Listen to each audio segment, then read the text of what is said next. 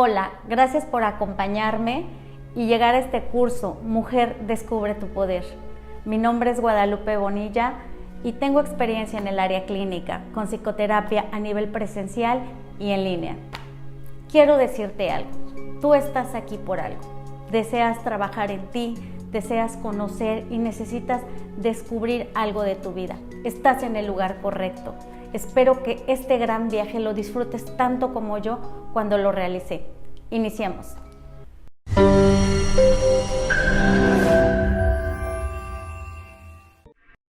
Le doy las gracias a Andrea, que me acompaña, va a llevar el seguimiento de este curso. Gracias, Andrea. Gracias. Ok, ella, al igual que ustedes, va a ir tomando nota y va a ir escribiendo todo esto que nosotros vamos a ir realizando para que identifiquemos cuáles son nuestras fortalezas y todas las partes que nosotros vamos a trabajar.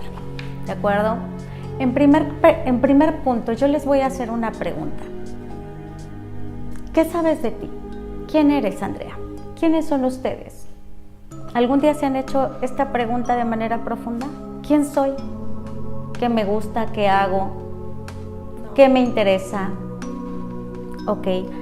Les pedí 3 hojitas blancas. En esas hojitas blancas me van a decir lo que ustedes creen de ustedes. ¿Qué soy? ¿Quiénes son? Escríbanlo. Al describirnos nosotros en estas líneas, nosotros nos vamos definiendo en el autoconcepto que tenemos de nuestra persona, ¿sí? Ese autoconcepto es el que va a definir las líneas de nuestra vida. Muchas veces no somos conscientes de todo lo que pensamos de nosotros mismos. Vamos por la vida solamente haciendo, viendo hacia afuera, pero sin cuestionarnos lo que realmente es importante. ¿Quién soy? ¿Para dónde voy? ¿Sí? Ahora, si ya lo tienen, yo les voy a preguntar, ¿qué es lo que escribieron? Cualidades, defectos, cosas que les gustan, ¿qué? ¿Alguien de ustedes sabe qué es el autoconcepto? ¿Algún día lo han escuchado? Bueno, el autoconcepto es la imagen que yo tengo de mí misma, ¿sí? ¿Cómo se crea ese autoconcepto? Ese autoconcepto se crea en la infancia, en los primeros años de vida. Cuando yo estructuro lo que soy a partir de lo que me dijeron de mi persona, a partir de las vivencias y también de los tratos que recibí, ¿sí? Ese autoconcepto no somos conscientes porque muchas veces se queda guardado en el inconsciente, ¿sí? ¿Qué ocurre? Que cuando no hacemos consciente ese autoconcepto, va a determinar nuestra conducta. Es una realidad y está comprobado. Obsérvenlo en un niño. Cuando le dices a un niño, no te portes mal, siempre te portas mal, nunca me haces caso, ¿qué es lo que va a hacer el niño? Tú le vas a enviar ese mensaje de que el niño es eso y el niño adquiere un autoconcepto. Yo soy el latoso, yo soy el que nunca se porta bien, yo soy el envidioso. Entonces, ese niño va a crecer y se va a determinar con esa identidad, con ese autoconcepto. Y palabra clave y algo sumamente importante que ustedes tienen que llevarse hoy. Autoconcepto es igual a conducta. Entonces, cuando yo les pregunto ahorita, ¿quiénes son ustedes? Ustedes escribieron algo, lo que ustedes creen a nivel consciente. Pero tú sabes y están conscientes todo lo que escuchaste durante toda tu vida, durante toda tu infancia. ¿Estás consciente de todo lo que escuchaste de manera directa o indirecta acerca de tu persona? Eso es lo que ocurre. No somos conscientes y tenemos que hacer un trabajo de introspección, ¿sí? De darnos cuenta qué fue lo que pensé de mí, qué fue lo que escuché. Si nosotros tomamos una premisa que es en la terapia cognitivo-conductual, hay un principio básico que te dice, lo que piensas genera una emoción y esa emoción genera una conducta, ¿sí? Entonces, si yo estoy pensando porque en casa no me trataron de manera adecuada o de manera digna, yo siempre voy a pensar porque de manera inconsciente se quedó grabado que yo merezco un trato malo o negativo, ¿sí? Se quedó grabado, pero yo no soy consciente de eso y solamente cuando voy por la vida me encuentro con personas que me dan ese mismo trato y a pesar de que quiero hacerlo de manera diferente, no puedo. ¿Por qué? porque a nivel inconsciente ese juicio quedó grabado ahí y va a determinar mi conducta, ¿sí? Entonces, retomo el ejemplo del niño. Si nosotros escuchamos juicios negativos acerca de nuestra persona, nosotros vamos a crecer con eso. Si crecemos con juicios limitantes, nosotros vamos a crecer con esos juicios limitantes y nos vamos a limitar posteriormente porque nuestra conducta se va a determinar de lo que pensamos de nosotros mismos. Yo les hago una pregunta: ¿cuántas veces no han dicho, yo quiero esto, y se lo compran, pero en el fondo sienten como si no se lo merecieran? ¿Cuántas de ustedes no tienen esa sensación? O de hacer algo y algo muy bueno y todo el mundo, ¡ay, lo hiciste muy bien! Y es como si no te lo creyeras. ¿Cuántas veces te queda ese sentimiento de que tú no lo crees? Ahí hay una explicación bien básica. Hay una información a nivel inconsciente y hay una explicación a nivel consciente, ¿sí? A nivel consciente es lo que a ti te gustaría y a inconsciente, la inconsciente es la que se quedó grabada en los primeros años de vida. Entonces, cuando estas no están en comunión, cuando estas no están actuando de manera adecuada, voy a sentir el conflicto. Es que sí quiero, pero no puedo. Es que sí deseo, pero no me lo merezco, ¿no? Entonces, hay que elaborar una lista de todas esas cosas que yo escuché de mí y replantearme si lo que me dijeron es cierto. Yo les voy a poner un ejemplo. Cuando somos niños, los demás, los adultos, nos depositan su sistema de valores y de creencias, que no tiene nada que ver conmigo. Cuando una mamá está agobiada por el trabajo y llega y le dice, es que por tu culpa te regañé porque no recogiste los zapatos, porque no hiciste esto, porque no hiciste lo que yo necesitaba que hacer y por eso te regañé, por eso te pegué, ¿qué crees? No es por eso, es que ella no tiene la capacidad para manejar sus emociones, sus frustraciones y gestionarlas de manera adecuada, pero ya hubo alguien que te responsabilizó. No porque quiera hacerte daño, sino porque no conoce otra manera de hacerlo, ¿sí? Entonces, cuando dices, puede ese niño llegar a sentir, es que soy una niña mala o un niño malo, una niña mala porque no hice lo que me pidieron, porque hago enojar a mi mamá. No, el niño se queda con esa sensación de que no tiene la validez, no tiene la aprobación de su mamá porque no es suficiente, pero eso no tiene que ver para nada con lo que tú eres, tiene que ver con la capacidad que ella tiene para manejar sus emociones. Pero un niño no puede analizar esto, una niña no lo puede analizar, porque el niño por naturaleza es egocéntrico. Y como ese niño es egocéntrico, cree que todo lo que pasa a su alrededor es por su culpa. Entonces, si le dice a alguien, no te puedo dar esto o no tengo tiempo, el niño asume que es porque él no es lo suficiente. Entonces, vamos con ese autoconcepto erróneo de lo que somos. Ese autoconcepto está limitado realmente, ¿sí?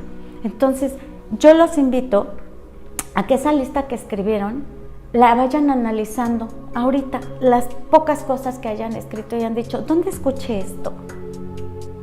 Me lo dijo mi mamá, me lo dijo mi papá, lo escuché de una tía. Normalmente el autoconcepto que tenemos de adultos, si no lo hemos trabajado, tiene que ver con nuestros juicios infantiles, ¿sí? Tenemos que ser conscientes que esas cosas que yo creo de mí, nunca las he puesto en tela de juicio, ¿sí? Entonces crecemos con esa idea muy inconsciente de inferioridad, de no ser suficientes, de hacer las cosas mal, ¿sí? Entonces, estos juicios tienen que ver con lo que un día nos dijeron o que erróneamente nosotros desde nuestra percepción infantil interpretamos, ¿sí? Ahora, algo muy importante, ¿cómo me doy cuenta del autoconcepto que tengo? Es muy evidente, yo soy psicóloga y sin querer queriendo, todo el tiempo voy escuchando las personas cómo nos sentimos. Para el inconsciente no hay bromas. Y qué fácil es decir, ¡ay, qué tonta! Siempre se me olvida esto. Pareciera broma, pero eso que tú dijiste, ese calificativo, tú te lo crees. porque si no lo creyeras no lo dirías, ¿sí? Cuando tú dices, no, es que, no, yo soy muy torpe para manejar, es que yo no soy buena para esto. Cuando tú te refieres a ti misma ante los demás, y esos valores y esos calificativos que te das es donde encuentras realmente tu autoconcepto. Cuando haces broma de, ay, siempre ando desarreglada, para el inconsciente no hay bromas. Realmente, y eso lo dicen desde el análisis de la personalidad, ¿sí? Desde Freud se estudia esto, que la palabra, lo que nosotros decimos, tiene que ver con nuestra realidad interna, ¿sí?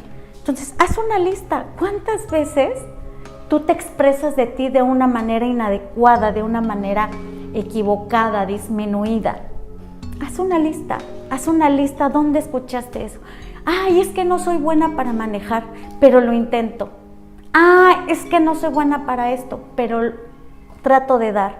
Y siempre menospreciándonos. Entonces te invito a que ahorita tú me vayas a hacer una lista desde lo que tú crees que eres, pero ¿qué crees? Desde lo que tú observas de ti hoy. Soy buena para manejar, ¿por qué? Pues porque agarró el carro para irme a Cancún, porque agarró el carro para irme a Chihuahua, porque soy buena para manejar porque nunca he tenido un accidente. Vamos a empezar a estructurar lo que eres tú, pero desde tu experiencia del aquí y del ahora, ¿sí? Te invito a que los juicios de valor que un día te dejaron, aquella maestra, aquella mami enfadada, que no sabía lo que ocurría realmente, los hagas a un lado. Yo quiero que te escuches y que digas, ¿qué soy yo? Vamos a estructurar ese autoconcepto desde la capacidad de análisis que tienes hoy como una mujer entera, una mujer con toda la madurez. Anótalo. Es maravilloso darnos cuenta cómo tú puedes decir, soy estudiosa. Porque terminé una carrera, porque me gusta leer, porque me gusta. Pero ese autoconcepto lo vas a estructurar tú, desde lo que conoces de ti. Cuando nosotros somos pequeñitos, ¿sí? Tú sigues escribiendo tu lista. Cuando nosotros somos pequeñitos, como alrededor de los años que empezamos a tomar conciencia, ¿qué es lo que ocurre?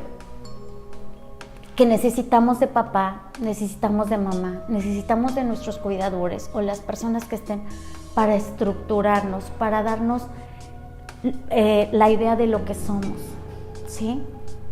Y es una especie de collage, ¿no? Cuando no tenemos una figura de apego adecuada, cuando no tenemos una figura de apego estable, vamos por la vida como niños percibiendo todo lo que está a nuestro alrededor y vamos asumiendo cosas que no corresponden con nosotros, ¿sí? La cultura influye muchísimo, imagínense todo lo que escuchamos. Afortunadamente ya va disminuyendo un poquito, pero ¿cuántas veces escuchamos? Los hombres no lloran, las mujeres más calladitas se ven más bonitas, es que no, tú tienes que estar arregladita para que tengas esposo, nada de eso de estudiar, porque todavía lo hay, ¿no?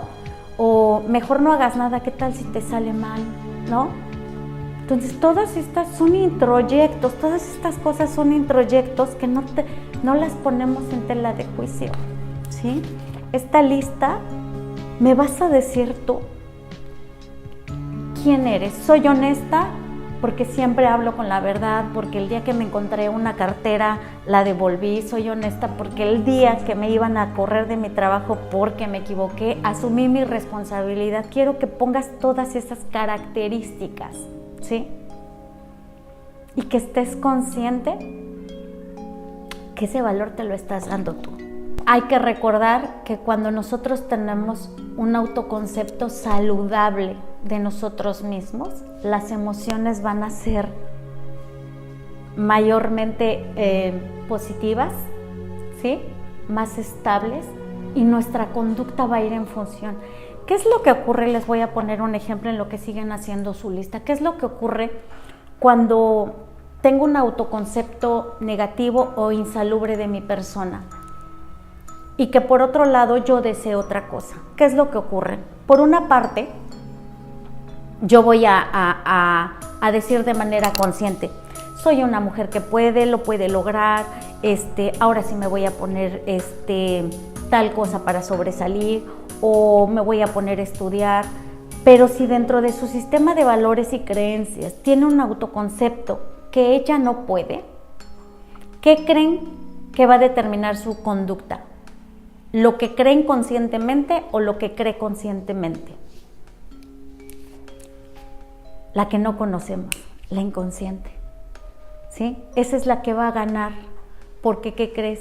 Esa emoción, ese juicio o ese pensamiento inconsciente ya tuvo una emoción, ¿sí? Si tú te asocias con alguien que no tiene la capacidad de hacer algo, si tú crees que no tienes la capacidad, te vas a sentir triste, te vas a sentir agobiada, ¿y qué crees? Tu conducta va a ser el reflejo de lo que piensas a nivel inconsciente. Y si tú dices, no, ahora todas las mañanas me voy a sentir que soy capaz, sí, lo vas a intentar 3, 4, 5 veces, pero ¿qué crees? A la sexta vas a regresar al mismo punto, porque estás luchando contra tu inconsciente, ¿sí? Entonces, en la primera lista le vas a poner dónde escuchaste esos juicios de valor. Y en la lista de ahora, en la actual, donde tú eres consciente, donde tú sabes perfectamente qué valor darle a tus acciones, te vas a dar cuenta que hay una gran diferencia. Porque incluso la naturaleza de las personas mismas es la evolución, ¿sí? Entonces, en esa evolución no puede ser la misma de hace 10 años, no puede ser la misma de hace 3 años. Entonces, si algún día creíste que no sabías manejar, ¿y qué te dice ahora? Tal vez sí ya lo sepas. Y sigues ocupando el criterio que tenías de ti hace 10 años, ¿no? Entonces, tienes que estar bien enfocada de tu autoconcepto, ¿sí? Les voy a poner un ejemplo. Me encantó algo que me dijo mi dentista que adoro. Y una vez me fui a quitar la muela del juicio, me dejó un huequito atrás y entró un poco de comida en el huequito de la muela. Y fui con ella, le dije, es que sácamelo, tengo miedo de que se cierre con la comida adentro. Y me dijo, no se puede cerrar, 2 cuerpos no pueden ocupar el mismo espacio. Lo mismo les digo a ustedes, 2 pensamientos de ustedes no pueden caber en el mismo espacio. Y si no destierras el que tienes a nivel inconsciente, no vas a poder llenarlo con el nuevo concepto del consciente, ¿sí? Entonces, si en algún momento ustedes ven que es demasiado complejo por su historia, yo les recomiendo que asistan a terapia. ¿Por qué? Porque lo que tú crees de ti es la percepción que vas a tener del mundo, ¿sí? Ok, ya comprendiendo toda esta parte de la lista y tomando conciencia desde mi aquí y mi ahora de manera positiva, haber escrito todo ese autoconcepto, vamos a pasar a un punto muy importante, ¿sí? Es el manejo de las emociones y la gestión de las mismas, ¿sí? Cuando nosotros somos niños, ¿sí? Nadie nos enseña de manera directa que te siente y te diga, ¿sabes qué? Estas son las emociones, así se manejan y tienen esta función. No, nadie nos enseñó, ¿sí? Ahora en la actualidad ya hay autores que se dedican a la investigación de las emociones, que se dedican para ver cómo gestionar todo eso que sentimos. Para ello, un autor que ha desarrollado una gran técnica para conocer nuestras emociones es Daniel Goleman, ¿sí? Él es el que habló de la inteligencia emocional. Para él, ¿qué es la inteligencia emocional? ¿Alguien se ha preguntado qué es la inteligencia emocional? ¿Alguien de ustedes, Andrea? La inteligencia emocional, lo escuchamos mucho y más en la actualidad, pero bueno, de manera muy concreta y muy específica, la inteligencia emocional tiene que ver con la capacidad de entender lo que siento, el cómo se sienten los otros, la capacidad que tengo para motivarme y también para relacionarme con las personas, ¿sí? Si ustedes saben, por ejemplo, cuando hablamos de inteligencia en general, es la capacidad de resolver problemas, ¿sí? Entonces, cuando hablamos de inteligencia emocional, pues es lo mismo, la capacidad para resolver problemas, ¿sí? De las emociones. ¿Dónde están las emociones? En nosotros, en los otros, y cómo resolvemos esas situaciones, ¿sí? Entonces, ¿cuáles son las emociones básicas que nosotros tenemos, ¿sí? Hay infinidad de autores que te dicen que son 7, otros que son 9, otros que no, que las primarias son 6. A mí me gusta retomar la información donde se consideran 5 emociones básicas, 5 emociones primarias y 2 secundarias. Las primarias, con esas nacemos y en el propio desarrollo del ser humano las vamos contactando con ellas. Y las segundas, que son las secundarias, son emociones aprendidas, que a través de la cultura y la sociedad nosotros nos encontramos con ellas y cognitivamente las aprendemos, ¿sí? Entonces, primero les voy a hablar de las primarias, que son la alegría, ¿sí? Es una emoción básica. Cuando ustedes ven, cuando nace un niño, ustedes observen cómo un bebé empieza a sonreír, dicen es reflejo, pero el bebé se pone contento, si le acaricias, si le abrazas, el bebé se ve feliz, ¿sí? Otra emoción básica es la tristeza. El niño, cuando no le das de comer, para él es su mundo, porque él solamente puede dormir y tiene que comer y sentirse limpio. Entonces, el niño experimenta la tristeza, experimenta también la ira. Cuando tú no le haces caso, ¿qué es lo que hace el bebé? Llora, se emberrincha, y aunque después te des de comer, el bebé sigue llore y llore y llore. ¿Por qué? Porque está molesto, porque no se le hizo caso. También está el miedo. El miedo es una emoción también, y no tiene que ver con que sea positiva o negativa. Todas las emociones tienen una función.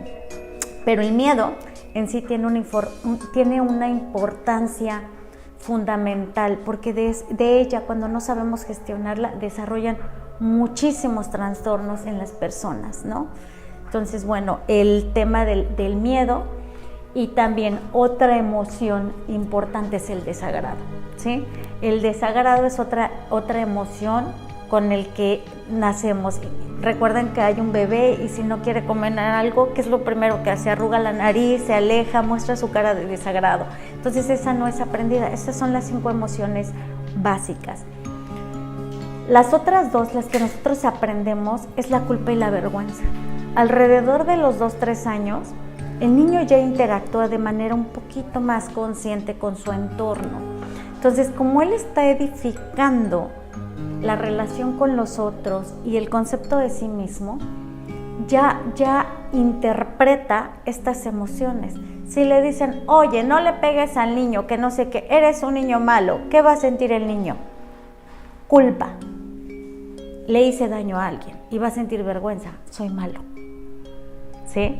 Entonces, si a un niño nunca escucha estas palabras, ¿sí?, va a tener otra percepción de la vida, ¿sí? La culpa, dicen muchas veces, la culpa sirve para darme cuenta de lo que hago mal. No, hay que trabajarlo como responsabilidad, ¿sí? Porque si lo manejas con culpa, ¿qué es lo que te hace la culpa? Es que soy malo, es que hice esto mal, no debí de haberlo hecho. Eso es la culpa, ¿sí? Entonces hay que transformar la culpa en responsabilidad. O sea, no estuvo bien lo que hice, ¿qué puedo hacer? No lo vuelvo a hacer. Pero la culpa te somete y la responsabilidad te edifica, te construye, porque dices, hice esto que no está bien, pero hay una solución y no te castigas y tampoco te genera vergüenza, ¿sí? De ahí parte mucho el tema de cuando nos equivocamos, ¿sí? Viene esta parte importante de que sentimos culpa por equivocarnos y nos sentimos avergonzados, pero si comprendemos el error como un proceso de la vida, no nos culpamos, nos responsabilizamos y el autoconcepto que tengo de mí no se va a modificar, ¿sí? Entonces, esas son las funciones secundarias de las emociones. Y por otro lado, ¿ustedes saben cuáles son las funciones de las emociones básicas? Andrea. Ok. ¿Algún día has visto la película de Intensamente? Sí. Bueno, son las mismas emociones que manejo, ¿sí? Esa película es maravillosa y yo siempre la recomiendo a mis pacientes porque nos dice a detalle cómo funcionamos emocionalmente. Cuando no le damos oportunidad a alguna de las emociones, va a crear un caos dentro de nosotros, ¿sí? Entonces, en la película, si ustedes observan, se tiene una negación de la tristeza. No se quiere aceptar la tristeza, ¿sí? ¿qué es lo que ocurre? Que si no le permitimos entrada a estas emociones, vamos a desarrollarnos de manera inapropiada, ¿sí? Vamos a verlo, por ejemplo, con la alegría. El ideal ahorita es de que todo el mundo dice, es que a mí me encantaría estar feliz, es que a mí me gustaría estar contenta todo el tiempo. Imposible. ¿Por qué es imposible? A ver, ¿por qué es imposible el que estemos felices todo el tiempo? Porque hay sucesos de nuestra vida que requieren una reacción diferente de nosotros. O sea, a mí se me puede morir el abuelo, puedo perder a mi mascota, puedo reprobar un examen, puedo perder el trabajo, y sería ilógico que yo estuviera brincando en un solo pie de que me siento feliz, ¿sí? Entonces aquí puede venir la tristeza o puede venir el enojo, pero entonces cuando yo las experimento normalmente se asocian con una cuestión negativa, pero entonces la tristeza viene con esta parte positiva, pero que no puedo experimentar todo el tiempo, ¿sí? ¿Qué es lo que tengo que hacer? Identificarla y vivirla. Entre más una vida estable, saludable tenga, evidentemente me voy a sentir más feliz, ese es el objetivo, pero eso no quiere decir que yo tenga que estar feliz todo el tiempo, porque entonces no estoy adaptándome a mi realidad, ¿sí? Ok. Después está la tristeza, el opuesto a la tristeza. ¿Qué hay de la tristeza aquí? ¿Cómo la gestionamos cómo gestionamos la tristeza? ¿Cómo trabajamos con la tristeza? ¿Sí? ¿Cuál es su función de la tristeza? La función de la tristeza es permitirme sentir la dificultad del hecho que desató en mí una pena. ¿Sí? Se murió mi perro. ¿Qué es lo que hace esa tristeza? Si yo la dejo hacer su función, me va a permitir que yo resuelva mi pérdida, que a través de esa tristeza yo puedo aislarme un poquito, puedo refugiarme en la gente que amo, que lo comunique, que lo diga, que lo hable, ¿no? Cuando estamos tristes, ¿qué es lo que hacemos? Queremos hablar, y más nosotras como mujeres queremos hablar, que si terminamos con el novio queremos hablar y hablar. Pero cuando nosotros hablamos sucede magia, porque empezamos a ver las cosas de diferente manera, ¿sí? Lo desadaptativo de la tristeza es cuando no me permito hablar, donde todo ese caos que yo estoy sintiendo lo tengo, lo absorbo y no permito que fluya, no llevo el proceso natural, ¿sí? Pero la tristeza nos fortalece, si nos la permitimos y si le damos la entrada para sanar. Esa es la función. Si se muere un abuelo, pero no me quiero permitir sentir o termino una relación, esa pérdida, y digo, no, mejor me voy con las amigas, mejor me voy con los hijos, mejor me meto a trabajar o me voy los fines de semana de antro y tomo muchísimo, que son evasiones. ¿Qué es lo que va a ocurrir? Yo no voy a procesar esa experiencia por no contactar con mi dolor. Es una dificultad contactar con el dolor en nuestra cultura. ¿Por qué? Porque estamos acostumbrados que desde que somos niños, si nos ven tristes, quieren reanimarnos. Quieren decirnos, no, mira, te regalo esta paleta, pero no te pongas triste. No llores. Tú eres una niña valiente, tú eres un niño valiente, no puedes llorar. Ay, ¿lloras por eso? ¿No? Entonces, minimizamos e invalidamos eso que el niño siente. Entonces el niño no se lo permite y crecemos con esa información inconsciente de que llorar está mal, de que la vulnerabilidad está mal. Entonces el niño aprende que no se habla y de adultos seguimos el mismo modelo, ¿sí? Recuerden ustedes, mujeres, cuando eran pequeñitas, con cuántas cosas se quedaron con respecto a llorar, con respecto a sentir el dolor. Vivimos en una cultura que limita mucho ese sentimiento, ¿no? Y si en las mujeres es limitante, mucho más en los hombres, ¿no? Los hombres no lloran. Entonces, al no permitir lo que creen, yo pongo un ejemplo que es como una herida. Murió algo, murió una persona, murió mi perro, tuve una pérdida, perdí el trabajo y es como una heridita, pero la quiero esconder y le pongo un curita. Me voy al antro, me echo unos tragos para olvidarme y se hace más grande. Y me empieza a doler y le pongo otro curita y me echo agüita para que se me quite. pero sigo evitando y ahorita me pongo a trabajar en exceso. O me vado en el celular o en el internet y se va haciendo grande la herida. Entonces, lo que era un problemita que se solucionaba consintiendo ese dolor para que se sanara, lo tapé con cosas, con alcohol, con trabajo, con distracciones que aprendí en la infancia para no enfrentar lo que estoy sintiendo, ¿sí? Pero lo único que se hace con el dolor es asumirlo, consentirlo para que se vaya. Cuando algo nos sucede, eso es lo lógico, que estés triste, ¿sí?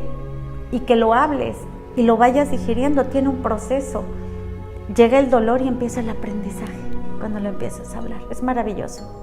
Yo lo veo todos los días en mi consultorio, cuando llegan con duelos sin resolver, cuando llegan con situaciones que les son demasiado complicadas, separaciones. Cuando lo empiezan a hablar, empieza a tomar un rumbo diferente, cuando se permiten el llorar, cuando consienten ese dolor, cuando menos se lo imaginan, cuando menos se den cuenta, llegaron a un aprendizaje y dejaron de sentirse, el cuerpo dejó de doler, las emociones dejaron de sentirse igual. Esa es la función adaptativa del dolor, ¿no? El aprendizaje, el reconstruirnos después de ese evento, generar también esta parte de la resiliencia. La vida por sí misma es dura. Entonces, si nosotros aprendemos a consentir y a tolerar nuestro dolor y edificar cuestiones positivas sobre él, nos hace fuertes, nos hace resilientes. ¿Ok? Ahora, el tema del enojo. Tiene una función. No hay emociones negativas, como se lo había dicho. ¿Cuál creen que sea la función positiva del enojo? Andrea. Te llevas algún conocimiento de lo que estás sintiendo. Claro, de todas las emociones aprendemos. La función básica del enojo es hacer valer los límites que nosotros tenemos. Si alguien los transgrede, nos enojamos. ¿Sí? El enojo me está diciendo, oye, está dentro de mi cabeza y me dice, oye, estoy muy enojado. ¿Por qué? Porque alguien vino y me habló mal. Ve y pon un límite, ¿no? ¿Qué es lo desadaptativo del enojo? Que no aprendemos a poner límites, que nos quedamos con el enojo y respondemos con ira. Pero su función es que detectemos que alguien transgredió nuestros límites. O sea, alguien viene, pasa corriendo y me pega. Es lógico que yo me enoje y que él le diga, a ver, momentito, me lastimaste, me pegaste. ¿Por qué me pegaste? Voy y le pongo, tú no me puedes venir y pegar. Establezco un límite. Pero si alguien viene y me pega y digo, ¡oh! Me pegó. Y viene otra vez y me vuelve a pegar. Te voy a pegar, yo también, que no sé qué. Y vuelve a pasar y me vuelve a pegar. Entonces ya voy todo bien enojado y voy y lo golpeo. ¿Tuvo una función adaptativa esa respuesta? No, claro que no. Porque dejé que el enojo creciera, pero no cumplí con su función, que es la de ir y poner límites. Y si los demás no responden a esos límites, es mi responsabilidad tomar las decisiones adecuadas para que sean respetados mis límites. ¿Sí? Porque ahora ustedes como mujeres adultas ya no necesitan y ya tampoco dependen de terceros. ¿Sí? Es que mi esposo siempre le digo que no me gusta que me diga algo. Y siempre se lo digo y me empiezo a enojar con él y me peleo con él. ¿De qué te sirve que te pelees? De alguna manera tú lo sigues permitiendo, pero si ignoras el comentario, la gente lo deja de hacer, ¿sí? Porque es tu responsabilidad que tus límites no sean transgredidos. Si el otro lo quiere respetar o no lo quiere respetar, es su elección.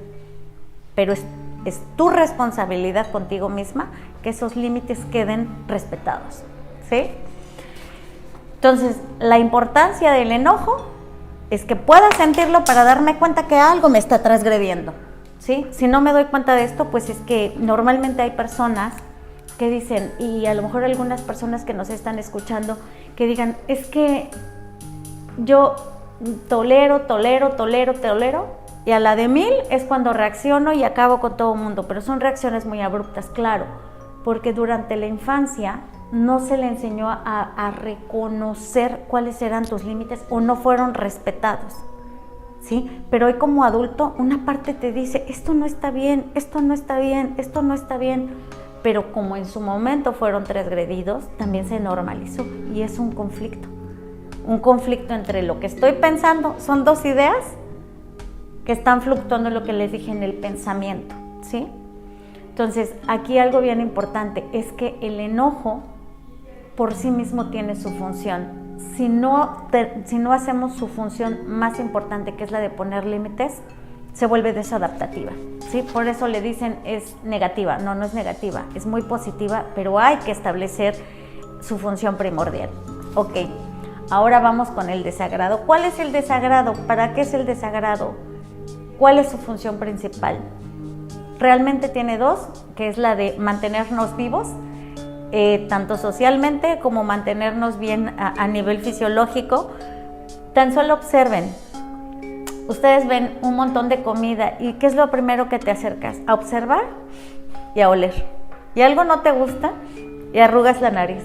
¿Por qué? Porque eso te dice pum, pum, pum, no comas. Cuando vas al refrigerador, normalmente solemos oler para saber si me lo puedo comer. Y lo mismo hacemos a nivel social. Cuando yo digo, no, esa persona no me agrada, arrugamos la nariz cuando algo nos desagrada. Entonces es porque inconscientemente nos sentimos en riesgo o con esa persona o con ese lugar o con esa comida. Entonces aquí entra un poquito esta parte de que cuando no entendemos el desagrado, somos permisivos, ¿sí? Bueno, no me siento cómoda, pero voy a ir. Bueno, no me encanta tanto esto porque siento como que se va a pasar, pero sí me lo como, ¿sí? Entonces, cuando tú no sabes detectar el desagrado ni su función, normalmente te transgredes. Estás en lugares que no quieres, estás haciendo cosas que te desagradan y todo el tiempo tienes malestar. Esto también tiene su historia en cómo nos enseñaron cuando éramos niños a enfrentar las emociones. Entonces, normalmente, más a las personas de mi generación, nos decían, te vas a comer eso porque no me gusta, pues te lo comes, ¿no? O tienes que hacer esto, no me gusta. Digo, fue parte fundamental también para hacernos resilientes y adaptados, pero había una parte también que no se nos respetó ese desagrado que teníamos hacia algunas cosas y que es natural que no todos vamos a sentir el mismo agrado por unas cosas que por otras. Entonces, cuando somos adultos, somos personas que ante el desagrado terminamos haciendo cosas que no queremos hacer, ¿sí? Ahora, a mí me encanta dejar hasta el último una emoción que nos genera una de conflictos. Bueno, está muy asociada, un trastorno muy, muy característica en esta época, que es la ansiedad. Ese trastorno, los trastornos de ansiedad, tiene su fondo en la deficiente gestión que tenemos con el miedo, ¿sí? El miedo tiene su función importantísima, que si no sabemos escucharla y que no sabemos gestionarla, puede acabar con nosotros, porque tiene una característica neurobiológica que nos atormenta todo el tiempo, ¿sí? El miedo por sí mismo lo que pretende siempre es mantenernos a salvo, ¿sí? Cuando yo siento miedo porque un perro me va a morder, corro o le pego, ¿sí? Si yo siento que voy a reprobar un examen y tengo miedo, me va a mover ese miedo para que diga, pues mejor estúdiale, mejor ponte, ¿no? O si te va a pasar, por ejemplo, vas por la calle y ves que alguien te va siguiendo, se activan tus sistemas de alerta y dicen, no, mejor apúrate o habla por teléfono a alguien o resguárdate en algún lugar. Entonces, el miedo por sí mismo nos protege. Pero cuando tenemos una vida donde no trabajamos de manera funcional, el miedo se vuelve desadaptativo y limitante, ¿sí? ¿Qué es lo que ocurre? Que el miedo se va a activar en nosotros en una situación de riesgo. Entonces ahí vamos a actuar.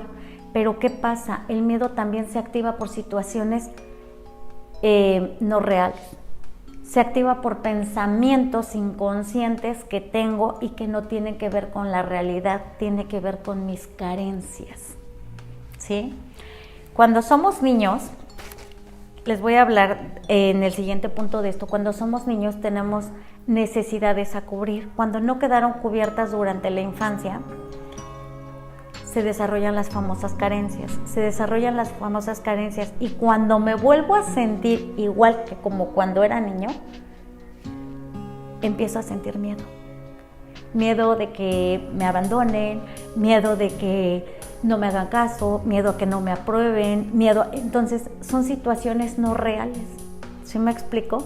Porque ya eres un adulto. Cuando eres niño sí necesitan que te cuiden, que te protejan, que te den lo necesario para estar bien, pero cuando ya eres un adulto, no.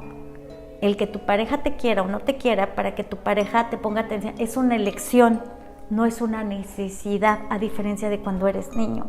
Entonces, cuando nosotros no hemos hecho un trabajo a nivel inconsciente, ¿qué es lo que va a ocurrir? Se me van a activar, nosotros en psicoterapia de esquemas le llamamos, se presentan los activadores. Entonces el novio no me contestó y entonces empiezo a sentir miedo y neurológicamente empiezo a segregar cortisol que me está preparando para el ataque o para la huida, porque estoy sintiendo un miedo de que me van a abandonar, de que no me van a dejar, pero es una carencia porque ni siquiera tiene que ver con la realidad. Entonces, como las personas no han trabajado estas carencias, se activan y empiezan a desarrollar trastornos de ansiedad por todas esas ideas irracionales que tienen a nivel inconsciente. Entonces es maravilloso cuando empiezan a trabajarlo, lo ponen en palabras y la gente dice, ¡ah! Yo siempre pensé que mi novio me iba a dejar, o mi pareja, o mi novia, cuando en realidad es un miedo infantil que yo tenía porque mis papás se separaron y mi papá se fue de la casa, o porque mi mamá murió, o porque, ¿sí? O porque tuvieron que viajar y un día me dejaron una semana y yo nunca me pude recuperar de esa parte, ¿no? Entonces son miedos inconscientes que activan el miedo. Entonces una característica de esta época, yo trabajo mucho con gente que tiene trastornos de ansiedad, es que todo el tiempo están con descargas de cortisol. ¿Y qué creen? El cerebro se cura a sí mismo, aunque sea de manera deficiente. Yo pongo un ejemplo, una persona tiene una infección en el estómago y ¿qué es lo que tiene? Diarrea, vómito y fiebre, ¿sí? Son sus mecanismos inconscientes del cuerpo para sacar el bicho y lo que tienes en el estómago, ¿sí? ¿Qué es lo que ocurre con nuestra mente? Exactamente lo mismo. Yo tengo una herida, una herida de abandono y empiezo a tener síntomas todo el tiempo. ¿Cuál es esa diarrea, ese vómito y esa fiebre? Pues todas esas conductas desadaptativas que tengo. Tengo miedo al abandono, empiezo a sentirme aislada, empiezo a sentir que nadie me quiere, empiezo a sentirme... Entonces todo el tiempo estoy activada, todo el tiempo me estoy sintiendo con miedo. Entonces el cerebro le dice, no te puedes sentir así todo el tiempo, tenemos que buscar una medida, se dice el cerebro. Entonces, ¿saben qué es lo que hace? Empieza a buscar gratificantes inmediatos para disminuir ese cortisol. Entonces empieza, vete a comprar de manera compulsiva, ¿sabes qué? Vete a echar unos drinks, ¿sabes qué? Dependiendo de los rasgos de la personalidad, va a buscar esos gratificantes, puede ser el sexo, puede ser cualquier cosa. Entonces el mismo cuerpo empieza a tener esa sintomatología. La diarrea, el vómito y la fiebre, empieza a hacer las salidas nocturnas, empieza a sentir que tiene crisis de pánico, empieza a sentir todo este tipo de cosas por una mala gestión del miedo y sobre todo por no ser consciente que parte de lo que estoy pensando no tiene que ver con mi aquí y mi ahora. Entonces, si yo tomo conciencia de todas estas creencias erróneas, ¿sí? Es más fácil de digerir y de transformar esta conducta negativa acerca del miedo, ¿sí? Ahora van a hacer ustedes una lista, ¿sí? Bien clara acerca de las sensaciones que tiene su cuerpo con cada emoción. Yo veo mucha gente, y me incluyo, cuando yo entré en mi trabajo de análisis de la personalidad hace bastantes años, yo era inconsciente incluso de mis emociones reales. Yo solamente sentía y estaba ansiosa y brincaba y sentía, yo fumaba muchísimo, o sea, pero yo no entendía por qué, ni siquiera sabía ponerle nombre a las emociones, ni siquiera sabía diferenciarlas. Entonces solamente mi estado de físico estaba en estado de alerta, ¿sí? Cuando en trabajo yo le empiezo a poner un nombre a eso que estoy sintiendo, a darle una forma, a saber cómo se siente mi cuerpo, es cuando yo tengo esa herramienta para entenderme, ¿sí? Entonces, lo que ustedes van a hacer una lista con estas 7 emociones y le van a decir cómo se sienten a nivel corporal. Por ejemplo, con la alegría yo me siento con energía, todo el tiempo estoy como muy feliz, sonriente, hasta siento que los ojitos me brillan, mi cuerpo se siente como ligero, ¿sí? Esas son las sensaciones corporales. ¿En dónde el experimento? Pues cuando veo a mi hermana, cuando juego con mis hijos, cuando me voy al gimnasio, ¿sí? Entonces voy a escribir la emoción, cómo se siente mi cuerpo, todas esas sensaciones corporales y dónde lo experimento, ¿sí? Entonces, cuando yo tomo conciencia de esto, mi cuerpo va a ser mi regulador. Me va a decir, a ver, ¿por qué me siento que la pierna me está brincando y que la mano la tengo así y que todo el tiempo quiero como morderme las uñas? Ya sé, así me pongo cuando tengo miedo. Porque ya aprendí a reconocer mi cuerpo, ¿sí? Entonces aquí en esta parte, cuando estoy triste, no, pues a lo mejor hay personas que son más expresivas, hay gente que son más, un poco más retraídas y a lo mejor dicen, pues a mí no se me nota tanto, pero sí sufres cambios. A lo mejor no sales tanto, pero dejas de hacer cosas que te gustan, empiezas como a culparte, Entonces cuando tomas conciencia de esas cosas, dices, me siento triste. ¿Por qué me siento triste? Entonces ahí es donde tú dices, pues me siento triste, pues porque mi abuelita enfermó. Y tu cuerpo, cuando tú haces ese análisis, tu cuerpo te va a decir la verdad, porque tú vas a saber que le diste al clavo. Tienes que aprender a escuchar tu cuerpo. Cuando estás buscando, es por mi abuelita, es por esto, no, pero cuando dices, es por esto, tu cuerpo lo va a reconocer. Entonces, igual, ¿no? De repente dices, es que me siento muy enfadada porque fulanito no me habló por teléfono, mi novio, mi pareja. ¿Pero qué crees? Te das cuenta que cuando estás enojada tus sensaciones corporales son muy parecidas a las del coraje, pero en realidad lo que tienes es miedo. ¿Por qué tengo miedo? Pues es que no me habló, desde ayer no sé nada de él. Tengo miedo. ¿Miedo a qué? A ser abandonada. Entonces ahí ya le estás poniendo un nombre y tú te puedes decir, pero ¿por qué me va a abandonar si él siempre regresa? O sea, eso no coincide con mi realidad ahora, ¿sí? Entonces, cuando aprendemos a gestionar de manera efectiva lo que sentimos, tenemos una vida más funcional con nosotros mismos y con los otros. Ese es el objetivo. Y pues bien, ahora, después de haber trabajado con esta parte de la gestión de las emociones, vamos a hablar de algo, de las necesidades. Hay que identificar y hacerse cargo de las necesidades que tenemos como adultos, ¿sí? Este es un tema por cultura sumamente difícil de identificar. La cultura nos determina mucho para invalidar nuestras emociones, para invalidar lo que deseamos, pero una necesidad básica del ser humano es sentir que lo que dice y hace y desea tiene una validez, que puedan ser respondidas esas necesidades de manera adecuada. Para la psicoterapia de esquemas, ¿sí? Las necesidades infantiles son el eje principal de una infancia saludable y una forma de vida adulta sana, ¿sí? Ahí es donde esas necesidades emocionales tienen que quedar cubiertas, y si no quedan cubiertas dan paso a algo que nosotros llamamos carencias, ¿sí? Yo les voy a poner un ejemplo muy básico de cómo se generan esas carencias, ¿sí? Cuando eres niño, ahorita desde los autores de la psicoterapia de esquema te dicen que hay 5 necesidades básicas del niño: seguridad de apego, la necesidad de validar tus emociones y tus necesidades, que tienes la necesidad de el juego y la recreación, ¿sí? De la espontaneidad, también tienes la necesidad de sentirte capaz y competente, y también la necesidad de límites realistas y claros. Son 5 necesidades básicas que el niño tiene.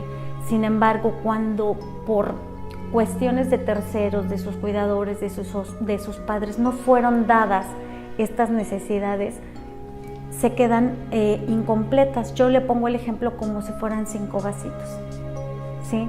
Si yo tengo un apego seguro, adecuado, con mi figura de apego, y me siento protegido, amado y demás, esa necesidad va a quedar satisfecha, entonces ahí no hay apego. Pero ¿qué ocurre si a lo mejor por cuestiones que no tengan que ver con el amor, tienen que ver con la condición económica, y mamá tiene que salir todo el día y papá no se encuentra, o papá murió, o vivo en un hogar monoparental desde el inicio? Hay necesidades que no quedaron cubiertas, ¿sí? Entonces ese vasito pues no va a estar del todo lleno, ¿sí?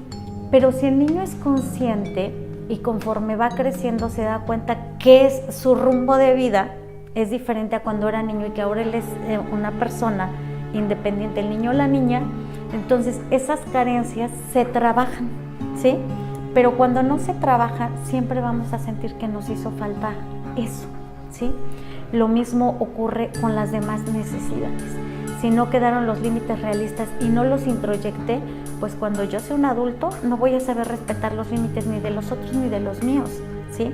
Si yo no quedé con ese sentimiento de capacidad y de que puedo ser suficiente y capaz de lograr algo, de autonomía, ¿qué es lo que va a ocurrir? Cuando yo sea adulto, por más que haga y que haga y que haga, voy a sentir que no, pero no tiene que ver con la realidad, tiene que ver con mi carencia, con mi vasito de la infancia, ¿sí? Si yo en su momento no tuve la oportunidad porque tuve que trabajar de chiquito, porque tuve alguna discapacidad física y no pude desarrollarme en mi capacidad y en mi juego de manera adecuada, o por las condiciones en las que vivía, ese vasito tampoco va a quedar satisfecho y va a haber una carencia. Entonces, si fue un niño súper limitado en ese sentido, después voy a ser un adulto que me voy a dedicar a trabajar sin prestar atención en esa necesidad, porque hubo una carencia, ¿sí? O si tampoco hubo límites realistas, voy a tener conductas inadecuadas respecto a esa necesidad. También, si en su momento yo pedía algo y me decían no, porque no había, o porque no era importante para el papá, o por muchos factores, yo voy a sentir siempre que lo que yo pido o yo necesito no es importante. Entonces voy a ser un adulto que siempre va a invalidar lo que necesito y quiero. Y en esta última yo quiero reparar un poquito, porque esta es muy dada en las mujeres. Por cultura, la madre más abnegada, la que se quita el bocado de la boca, es la que más ama. No es cierto, es la que menos se quiere. Es la que menos está cubriendo sus necesidades. Esto no tiene que ver con el amor, tiene que ver con la manera en cómo nosotros aprendimos a cubrir nuestras necesidades. Hace 100 años, 70 años, 50 años, las mujeres se tenían que aguantar, ellas no experimentaban la satisfacción emocional, pero hoy en día las mujeres estamos más alertas a nuestras necesidades, y que no tienen que ver con el amor a los hijos ni con la pareja, tiene que ver con que hemos volteado a vernos, ¿sí? Entonces, todavía por cultura hay mujeres, y algunas se identificarán, que les cuesta decir, por ejemplo, van a comer con los hijos y ¿qué creen? Son las que dicen, no, yo no pido nada, aquí lo que le sobra a fulanito y le sobra a sutanito. O sea, imagínense, y cuando sus hijos estén grandes, ella reclama, es que nadie me hace caso, nadie me ve. Claro, porque tú no les enseñaste a verte. ¿Cómo te van a ver si tú te diste ese valor, si tú te anulaste frente a ellos, ¿no? Entonces ellos no están actuando mal, solamente están respondiendo a lo que aprendieron, ¿sí?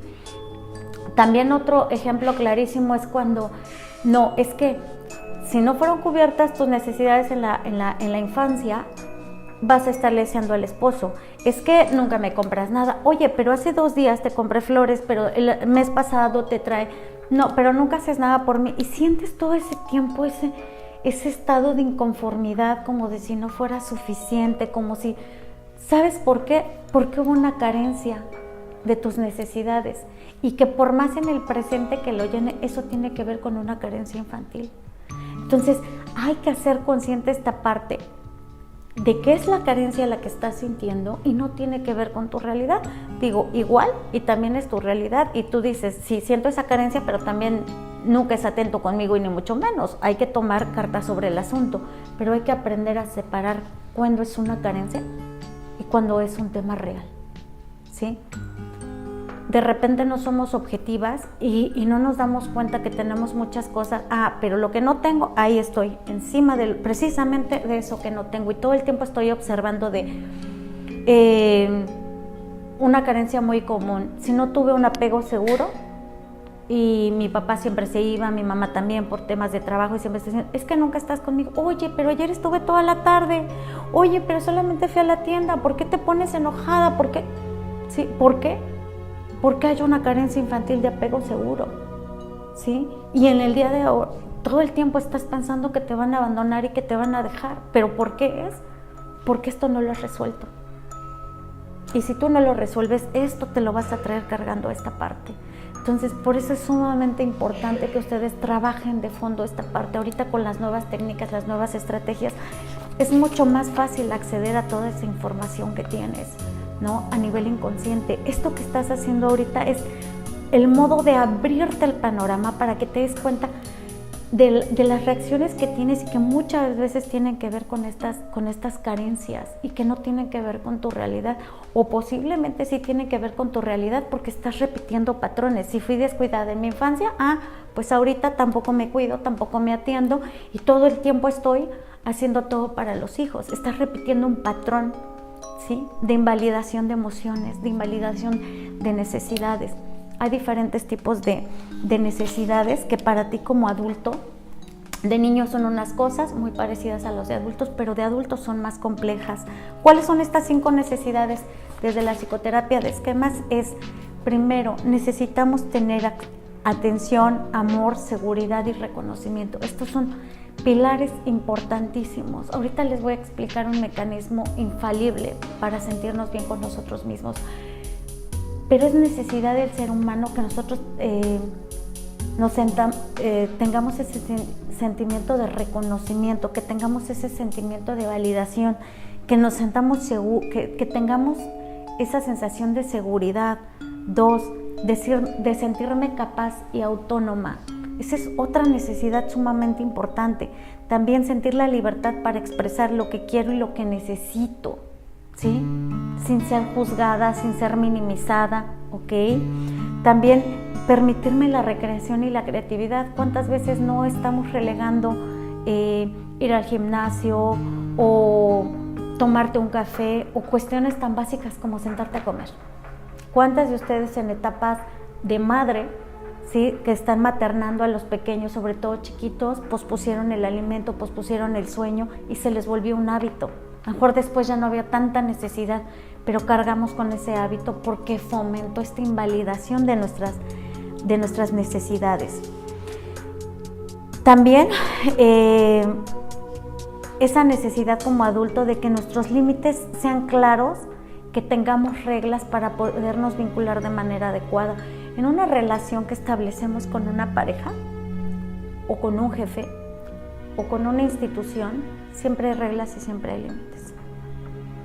Tu pareja, vamos a decir sobre qué términos, pues andamos de free, muy bien, no, pues andamos de pareja formal, ok, muy bien, pero cuando esos límites no, va a generar que yo no tengo una seguridad, ¿sí me explico? Porque hay cosas que no son claras.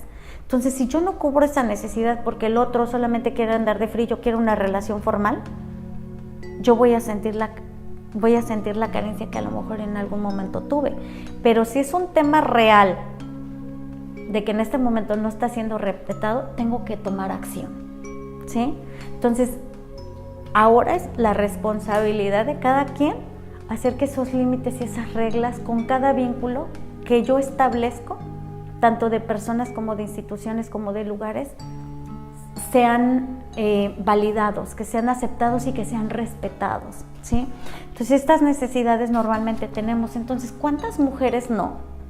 De estas mujeres maravillosas que me están acompañando, Andy, ¿qué ocurre? Vamos sintiendo todo el tiempo frustración. Ay, es que ay no, tengo que cuidar a los niños, pero yo quisiera ganar mi dinero extra. No. Pero como siempre está esa voz invalidadora de no, mejor aguántate. Porque esa voz la escuchamos en la infancia. No, mejor aguántate, mejor espérate, mejor primero los demás. Hago las cosas por mis hijos, pero estoy sintiendo ese malestar de, ay, yo no quiero esto. Entonces, generamos otro conflicto en otras áreas.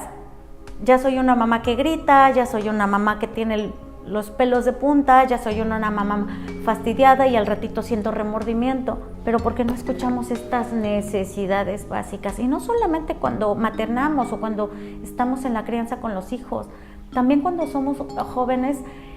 No tomamos las decisiones desde lo que necesitamos, sino desde lo que los demás quieren. ¿Sí?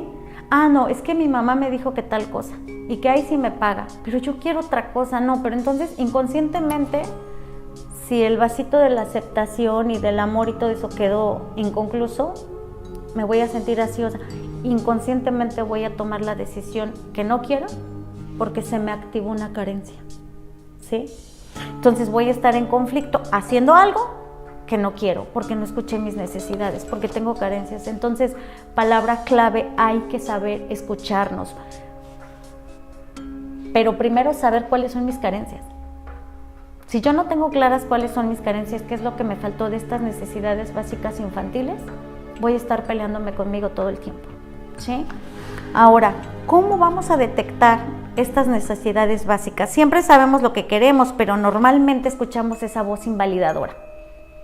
Cuando no se cubrieron nuestras necesidades desde casa es no hay, no tenemos, no fue suficiente. Entonces, ¿qué crees? Esa misma voz ya nadie te la dice, ya no está papá, no está mamá, no está el cuidador, el maestro, no, ahora ya te la dices tú.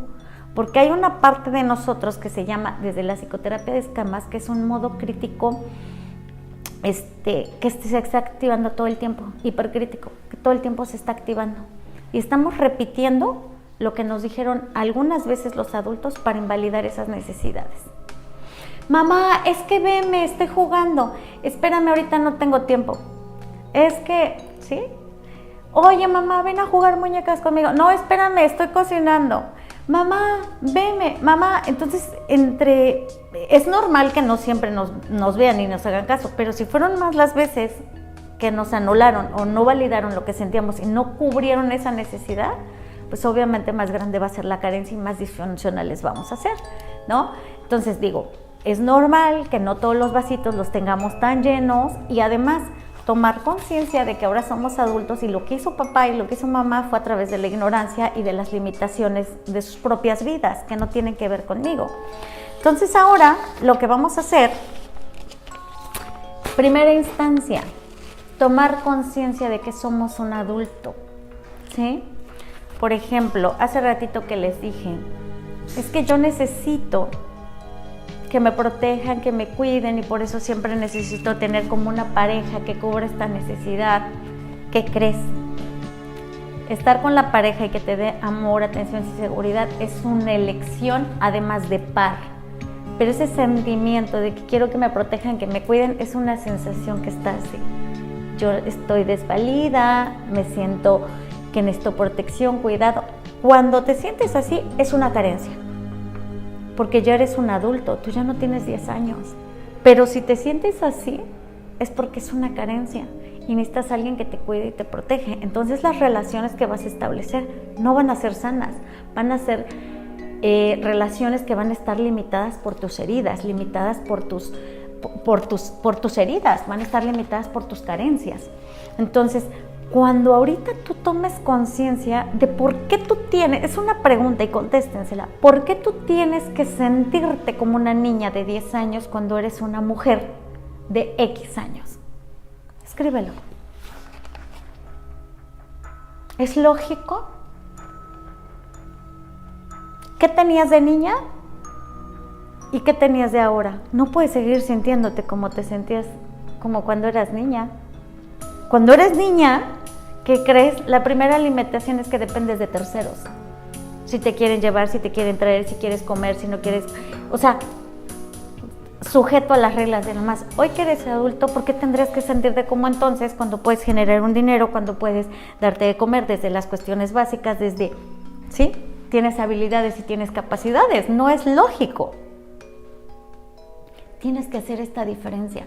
Si te sientes como niña y empiezas a sentir tus emociones como niña, ahí hay una carencia. O sea, es que, ¿por qué se fue? ¿Por qué no me avisó? ¿Por qué no sé qué? O sea, un adulto no responde así, se fue y ahorita regresa. O sea, eres consciente. Pero cuando experimentas todo desde una parte muy emocional, muy infantil, es una carencia. ¿Sí? Entonces, el ser conscientes de si estoy teniendo esas actitudes porque tengo que trabajar, porque hoy me posiciono como una mujer responsable de mis acciones. Y si necesito validación, si necesito aceptación, ¿qué crees? Te la tienes que dar tú. Les voy a poner un ejemplo rapidísimo. Cuando nosotros tenemos carencias, aprendemos a ir por la vida queriendo que nos gratifiquen los demás, como cuando eres niña. No quedó cubierta tu apego seguro, no quedó cubierto tu independencia económica, el sentirte tú capaz, ¿no? Y autónoma. Esas dos carencias tienes. Cuando eres grande, vas a seguir sintiendo esas sensaciones, te vas a seguir sintiendo infantil, te vas a seguir sintiendo como si te faltara algo. Entonces, a las demás personas las vas a empezar a ver como esas figuras que viste a tus padres, de que tú me tienes que llenar. Entonces, cuando yo me cache diciéndole al esposo, al novio, es que me siento que nunca me haces, siento que nunca me llevas, es que no me haces feliz, es que no me das lo suficiente. Cuando yo hago ese tipo de cosas, y es que nunca me reconoces, yo limpio la casa, es que yo trabajo, cuido a los niños y tú nunca me dices nada, es que yo le estoy pidiendo que me cubra una necesidad desde esa postura infantil.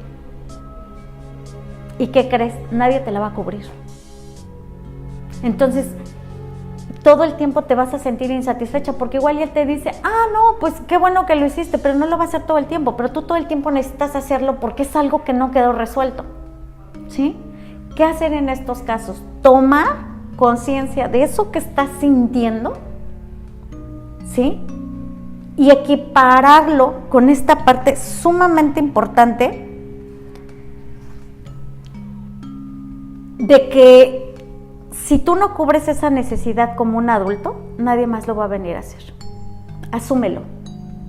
Necesitas reconocimiento, cuestiónate tú. A ver, limpié la casa, cuidé a los niños, además me dio tiempo para trabajar. A lo mejor el otro me lo dice o no. ¿Qué opino yo de mí misma? ¿Cómo me siento yo con esto que hice? Hay que voltear a verse. Esa es la clave. Cuando me volteo a ver, ya no necesito voltear a ver a los demás para que me den lo que a mí me hace falta en ninguna de estas necesidades. ¿Sí? El estar volteando me hace dependiente. Y es como caminar en una cuerda floja. Porque cuando yo digo, creo que voy a hacer las cosas, pero no sé cómo me salgan. A ver, le voy a preguntar a mi amiga, oye, ¿cómo ves? No, sí, está padrísima tu idea. Vas a ver que te va a quedar súper bien y no sé qué. Y sales así súper contenta y te encuentras a alguien, ¿qué crees? Estoy a punto de echar a andar este proyecto. No, ¿cómo crees? Con lo difícil que es eso, seguramente. Pero él me está hablando desde sus criterios y sus juicios psíquicos, ¿no? De sus interpretaciones. Entonces yo, no, sí tienes razón. Entonces voy a estar, no, pero ella me dijo que sí. No, voy a regresar con la amiga para que me reafirme, ¿no? Y al ratito te encuentras con que te equivocaste y te vuelves a sentir igual. Eso es dependencia emocional. Necesito que los demás me orienten, porque en la infancia la guía, el acompañamiento me hizo falta y siempre seguí viendo hacia afuera. Pero hoy, como mujer adulta, me tengo que voltear a ver y decirme, ¿qué creo? ¿Cómo me va a ir? Tengo este recurso, tengo esta otra cosa y bueno, no pierdo nada con intentarlo, con hacerlo. Entonces la validez viene de ti, la seguridad viene de ti, el apapacho viene de ti. Escuché recientemente una canción que me encantó, me fascinó, no sé con qué intención lo haya hecho la cantante, que se llama Miley Cyrus, y se llama Flowers. Esa canción me representa muy bien esto, cuando una mujer toma conciencia de que ella se puede dar todo lo que necesita. Esa canción, desde mi perspectiva, habla del empoderamiento realmente. Estar con una pareja es una elección, pero si no está, yo lo puedo hacer, porque del amor propio que yo necesito, de mi estabilidad, de mis necesidades, yo me encargo. Y eso no tiene que ver con que esté peleada con un hombre, no. Si vienes, bienvenido, me suma más, me da más, pero yo, por default, yo ya lo tengo. Y pues bien, estamos llegando a un punto que para mí tiene una importancia clave, porque es cuando empezamos a contactar realmente con esa parte real de lo que somos, con esa parte palpable, ¿sí? Normalmente cuando nos referimos a nosotros no estamos tan conscientes de nuestras capacidades, de nuestras habilidades, de todo nuestro potencial, ¿sí? Como lo dije anteriormente, por un tema familiar, por un tema de cultura, por un tema de cómo me autopercibí. Pero cuando empiezas tú a ir trabajando como toda esta parte, tú te empiezas a percibir diferente. A mí me gustaría que tú observaras, por ejemplo, de una manera muy optimista y desde el aquí y el ahora, ¿sí? Tus intereses, tus habilidades, tus capacidades, ¿sí? Y que las escribas en una lista. A mí me gustaría que pusieras, me gusta esto, una lista, mis habilidades es en lo que tú desarrollas y en lo que eres apta, ¿sí? Tiene que ver tu entrenamiento, tus estudios, tu todo. Normalmente no somos conscientes y en un inicio yo marcaba que es porque nosotros evolucionamos, ¿sí? Y lo que vivimos hace 10 años, no somos conscientes de lo que transcurrimos este tiempo y la experiencia que hemos adquirido. Y de todas esas cosas que con los años se traduce en una capacidad, un estudio, en que desde la experiencia te diste cuenta que esto que hiciste no fue lo más adecuado, entonces ahora lo vas a hacer. Para ti ya es un recurso, haberte dado cuenta que ese no era el camino y que era otro. Entonces hay que revalorar este tema. Hagan su lista con sus intereses, desde el aquí y el ahora, desde sus intereses, sus habilidades y sus aptitudes. Aptitudes, ¿para qué soy apto? Sus habilidades es en qué me desarrollo de manera adecuada, qué se me facilita, qué se me da, ¿sí? Y mis intereses.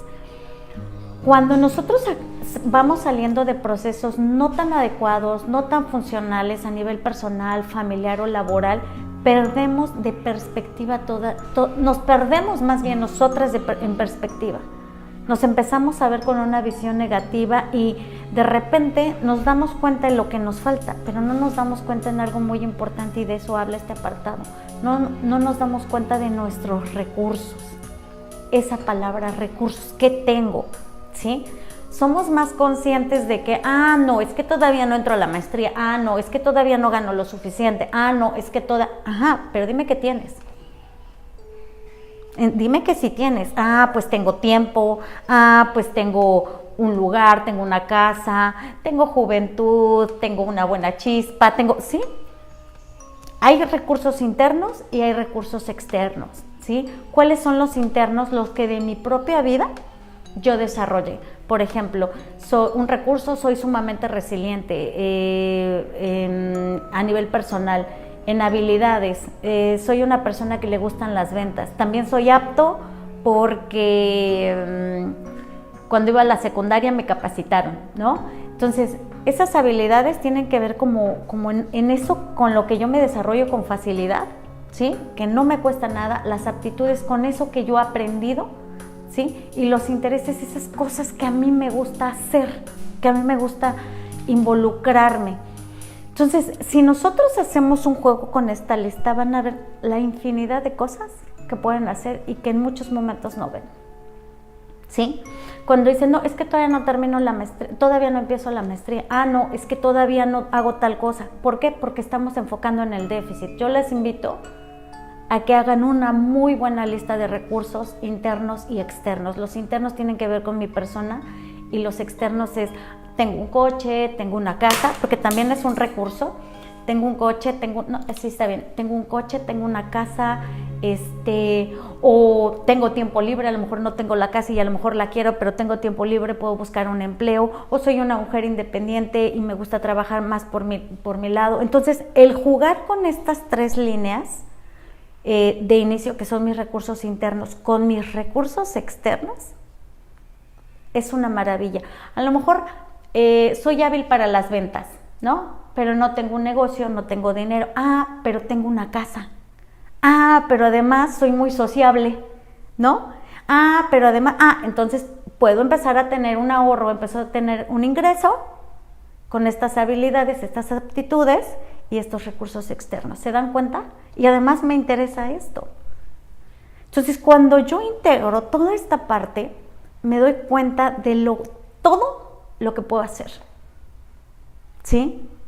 Si yo no soy consciente de estos recursos, siempre voy a estar viendo lo que me falta. No, haz una buena lista de todo eso que haces y de todo eso que tienes.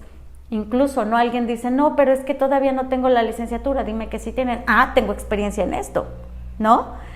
Es que cuando tenía 8 años, por ejemplo, mi tía me enseñó a bordar, ¿no? Y ahorita ya no se ocupa de este material, pero está saliendo, por ejemplo, estas artesanías, ¿no? Y además me interesa tener un dinero extra, ¿no? A lo mejor hay personas que dicen, tengo la habilidad de ser súper empática, ¿no? Pero además tengo la economía. No me siento capaz y tampoco tengo autonomía.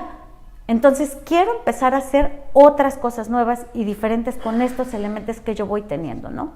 Entonces, aquí el ir jugando con todos mis recursos me va a dar la oportunidad, de verme diferente, de sentirme diferente, pero sobre todo de actuar diferente. ¿Sí? Sí se van dando cuenta cómo vamos así como que en una línea y hasta que llegamos a este punto de los recursos. Hay que ser consciente que sí tengo, por qué lo tengo. Esta lista nos va a permitir ver también la capacidad que tenemos de sentirnos.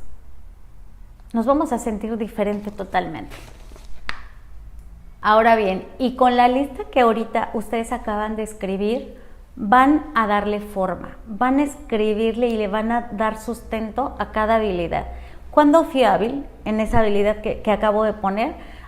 Pues cuando tenía 7 años, cuando tenía 10, cuando tenía 12, hace un año, con toda la experiencia, ¿sí?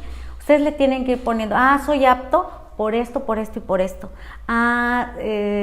Tengo esta habilidad por esto y por esto. Van a poner situaciones concretas y reales, ¿sí?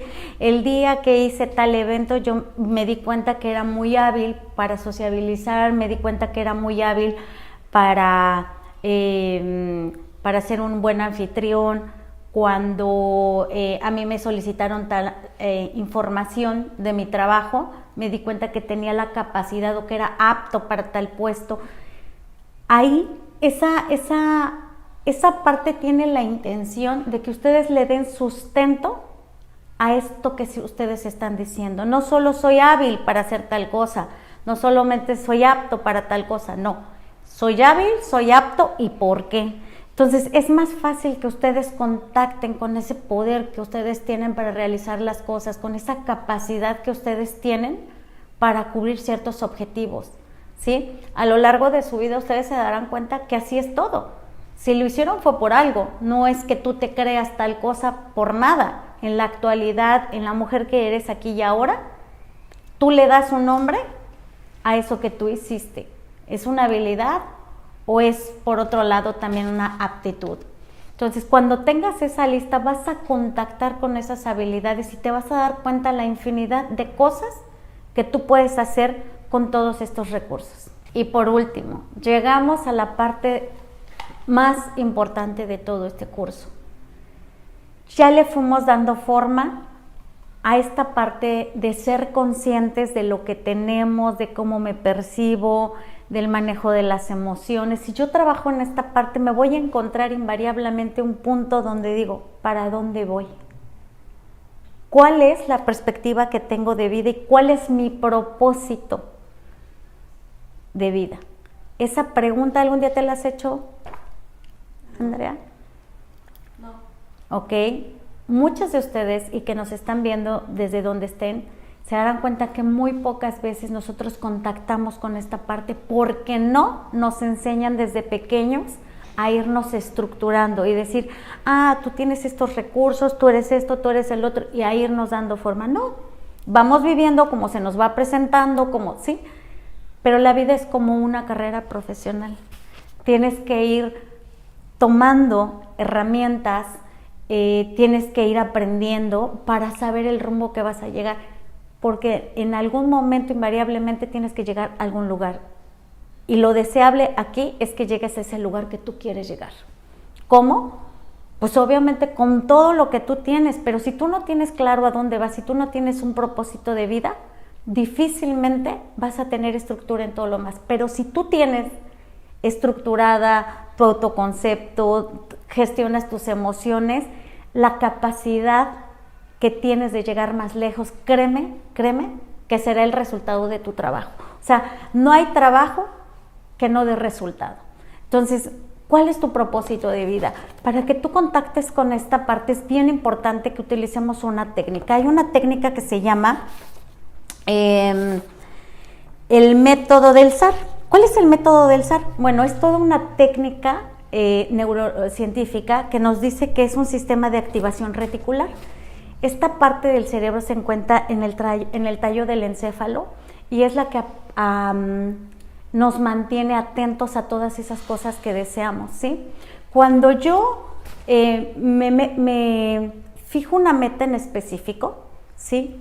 Este sistema se va a activar. Tiene que ver mucho con las experiencias, con los pensamientos y las emociones, ¿sí? Esta técnica se encarga definitivamente de que tú estés más alerta a ese lugar que tú quieres llegar. Yo les voy a pedir ahorita que recuerden algo que dijeron de niños que querían ser o algo que querían hacer. Yo les aseguro que todos están o hicieron algo que cuando eran niños lo hicieron. Todos en algún momento. ¿Por qué? Alguien se puede estar dedicando a lo que dijo un día cuando era niño. O alguien me comentaba un amigo, no, es que sabes que cuando era niño, él tiene radio y televisión, dice, todo el tiempo yo jugaba con las televisiones y con la radio, yo decía y todo, dice, y yo me convertí en eso. Su servidora cuando ella era niña, yo no sabía que era psicóloga, pero yo dije que yo iba a ser psicóloga y soy psicóloga, ¿no? Entonces recuerden, a veces no solo tienen que ver con las profesiones, también tiene que ver con los hobbies, con los deportes, tiene que ver, por ejemplo, con tus propias percepciones, pero cuando tú le endosas una emoción a eso que estás teniendo en la cabeza, se cumple. Y no es ley de atracción, ni quiero diferir con todas esas técnicas que yo respeto mucho, pero aquí desde la parte de la ciencia nos dice, hay una parte de nosotros que se activa cuando nosotros tenemos un propósito, tenemos un fin y le endosamos un valor, una emoción. Entonces es más fácil que tú estés más atento cuando tú dices, ojalá, tanto para lo positivo como lo negativo, cuando tú estás en plan negativo y tú dices, que no me pase esto, ¿qué crees? Te va a pasar porque en eso tú fijaste tu atención. Pero si tú dices, tengo una meta en específico y de eso se encarga esta técnica, tengo esta meta en específico, quiero ayudar a personas con autismo porque mi hijo tiene autismo y soy apta porque aprendí muchísimo durante todo su tratamiento, pero además soy hábil porque me gusta comunicarme con las personas y ayudar y tengo capacidad de empatía. Entonces, ¿sí se dan cuenta cómo su proyecto de vida se da por sí solo? Cuando tú dices, entonces esta técnica la vamos a activar a través de un collage. Yo voy a hacer un apartado con mi autoconcepto y voy a poner una imagen en una revista, algo que imprima desde el internet, que me recuerde y que me mueva y que me identifique desde mi autoconcepto. Una mujer haciendo ejercicio, una mujer feliz, ese ideal lo voy a ver en una imagen. La gestión de las emociones, que a lo mejor me siento equilibrada, que a lo mejor me veo haciendo yoga y que yo me siento... Esa imagen que yo veo me va a llamar y la voy a poner en mi collage. En esta parte de cubrir mis necesidades, a lo mejor hay una mujer hablando a lo mejor hay una mujer escribiendo, a lo mejor hay una mujer con un grupo de personas, o a lo mejor hay una mujer simplemente haciendo sus cosas, ¿sí? Entonces, el secreto para que este método funcione a través del collage es que cuando yo vea las imágenes, me llamen, las sienta, las viva. Es aquí, yo me quiero ver así, me quiero sentir así. En ese momento, y tu propósito de vida, a mí me gustaría tener una empresa, a mí me gustaría ayudar a gente, o sea, con este camino tú vas a ir teniendo más claro hacia dónde vas a ir porque ya te conoces, y lo de afuera viene más fácil, vas a entender mejor el mundo porque ya te entiendes tú, ya no tienes una doble chamba. Si yo me entiendo, puedo entender mejor el mundo, si yo no me entiendo, no entiendo el mundo. Todo empieza desde adentro. Entonces vas a poner un apartado con todo vas a terminar tus listas a modo de que queden adecuadas, que queden funcionales, que te llamen tus listas positivas, y vas a llenar con imágenes. Puede ser una imagen o 2 imágenes por apartado. Al final la vas a poner encima y te vas a poner la frase que a ti más te identifique con ese sentido de poder.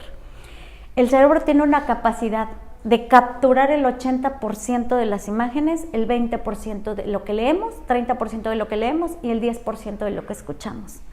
Entonces, si tú ves todos los días ese cuadro que te genera una emoción, tu sistema reticular, créeme que se va a activar y tú vas a estar más alerta para llegar a ese lugar.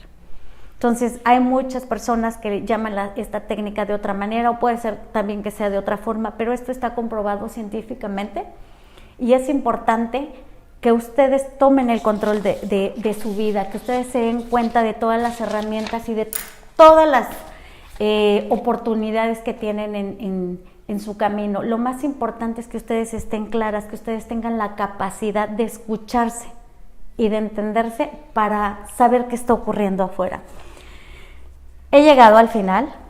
Espero que esto que ustedes hayan escuchado, que hayan aprendido el día de hoy, les sirva, que se retroalimenten.